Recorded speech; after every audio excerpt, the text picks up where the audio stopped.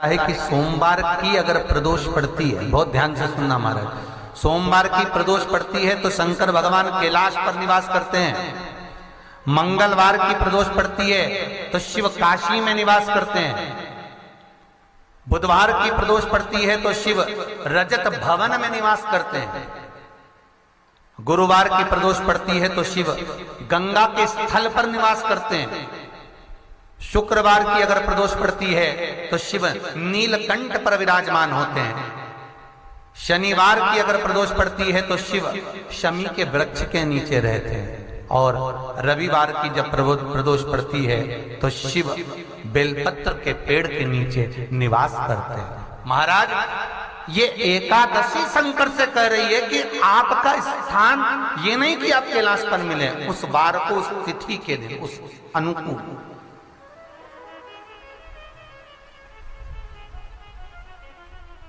हमारे यहां कहते हैं सोमवार की जो प्रदोष पड़ती है वो इच्छा पूर्ति करती है। मंगलवार की प्रदोष रोग से मुक्ति देती है। बुधवार की प्रदोष कामना की पूर्ति करती है। गुरुवार की प्रदोष शत्रुओं का नाश करती है। शुक्रवार की प्रदोष सुख और शांति देती है। शनिवार की प्रदोष संतान का सुख देती है। और रविवार की प्रदोष जो काम दुनिया में कोई नहीं कर सकता वो अचूक फल की प्राप्ति रविवार की प्रदोष करा देती है। महाराज ऐसी प्रदोषों का नियम वर्णन किया चाहिए। भगवान कहते ठीक है तू थोड़ी देर खड़ी हो। एकादशी सम्मुख खड़ी हुई। पार्वती जी ने जिस अंगुष्ठ का जल पीने के लिए लिया था हाथ में, बस पीने ही वाली थी, शंकर भगवान ने वही हाथ में जल लेकर एकादशी के हाथ में उसको देकर कहा ले, ये मेरे द्वारा निर्मित एक व्रत है जिसे त्रयोदशी के दिन तूने मांगा है, मैं तुझे देता हूं। आज इस व्रत का फल मैं तुझे प्रदान करता हूं। अब तू जिस जीवात्मा को लेकर जाएगी उसका पाप प्रबल नहीं होगा। किसी स्त्री, पुरुष, बालक, बुजुर्ग जो भी होगा जिसने प्रदोष का व्रत करा होगा वो जीवात्मा को तू किसी फल की कामना से नहीं स्वतः ही लेकर चली जाए। उसमें कोई कामना नहीं है। बन सके जीवन में 11 प्रदोष या 26 प्रदोष करने के बाद आप उसका उद्यापन कर विराम भी दे सकते। पर जीवन में एक बार प्रदोष का व्रत मौका मिले, जिस कामना से जिस दिन का भाव आपके मन में आए कि मुझे रोग से मुक्ति पाना है तो ये प्रदोष मुझे करना है, मैं रोग मुक्ति के लिए, हम मंगल जो भी आपके मन में आ रहा है, संतान प्राप्ति के लिए शनिचरी प्रदोष, आप उसका स्मरण करें। फिर लिखा शिव महापुराण में, बड़ा सुंदर लिखा वेदव्यास जी ने, मान लो आप प्रदोष का व्रत नहीं कर सकते, आप अगर व्रत नहीं कर सकते तो प्रदोष के दिन, प्रदोष काल में शाम का समय सूर्यास्त का कुछ पल, कुछ घड़ी के पहले से लेकर बाद तक का प्रदोष काल के अंतर्गत आप शंकर जी के मंदिर में जाकर 1 लोटा पानी, 5 बेलपत्र भी अगर समर्पित करते हैं तो संपूर्ण प्रदोष का फल आपके भाग्य में प्रबल हो जाए। शिव महापुराण में इसका शिव कथा कहती है 12 महीने प्रदोष आती है, 12 महीने शिवरात्रि आती है। प्रदोष को ही शिवरात्रि का भाव है। 12 महीने आते हैं। अगर व्यापार ना चले, दुख तकलीफ ज्यादा हो, कष्ट ज्यादा हो, बहुत टेंशन जिंदगी में चल रहा हो, कोई काम हो ही नहीं रहा, कोई दिक्कत ही दिक्कत है, व्यापार सही ना चल रहा हो, कष्ट ही कष्ट हो, और यहां तक है अगर बीमारी ने भी घेर रखा हो और बहुत जिंदगी में दुख चल रहा हो, कहीं मत जाना, प्रत्येक महीने प्रदोष आती है। हर महीने शिवरात्रि प्रदोष आती है। 1 लोटा पानी, 5 बेलपत्र,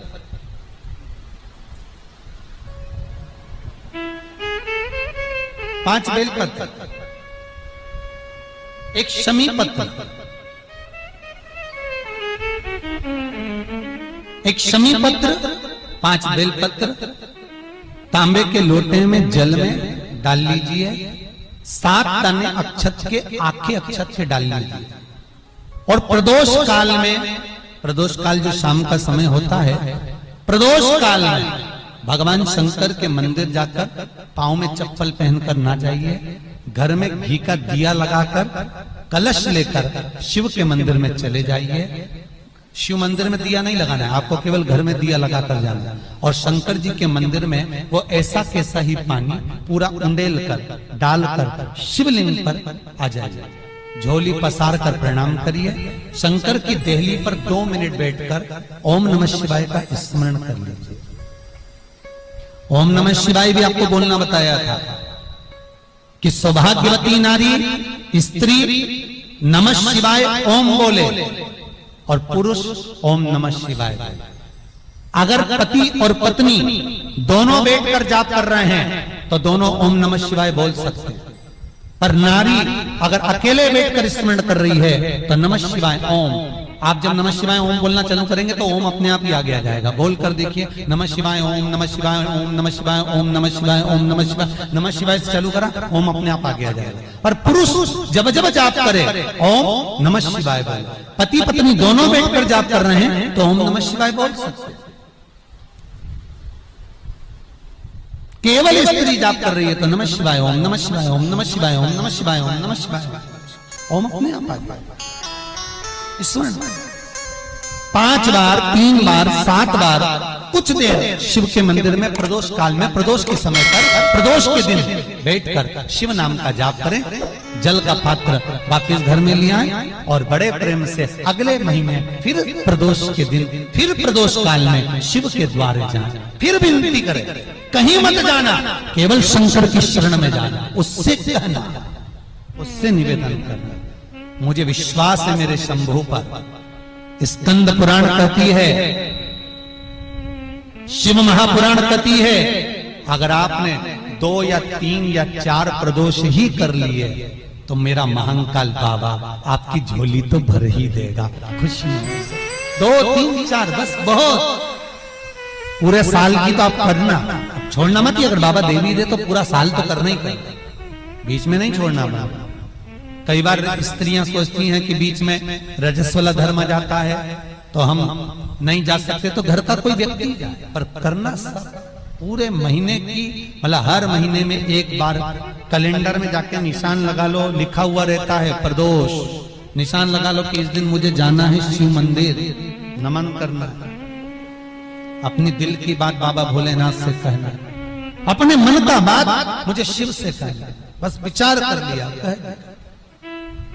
और मैं निवेदन करूंगा, जितने लोग जल चढ़ाएंगे और दिल से अगर आपने मांगा है तो बाबा आपको इतना धन तो जरूर देगा कि एक बार शिव महापुराण आप भी कराएंगे, ये पक्का। बाबा इतना तो देगा, ये विश्वास से कहता। हाँ, आपका मन है करना हो तो करो, नहीं तो यहाँ तो हमारे यहाँ तो शिव महापुराण की कथा कहती है, तुम्हारा भाव पड़े वैसा करो। पर प्रदोष का जो नियम बताया है, शंकर का अनुमोदन जो बताया है, वो कर सकते। शिव का स्मरण, शंकर का, बाबा इतना तो जरूर देगा कि एक बार आप भी हिम्मत कर सकोगे कि मुझे शिव पुराण कराना है। और श्री शिवाय नमस्तुभ्यं सभी भक्तों को। जैसा कि मिश्रा जी ने आज बताया है कि हमें प्रदोष का उपाय करना है, ये उपाय सबको करना है, सबके लिए है, और आप शाम के 5 बजे तक ये उपाय कर सकते हैं।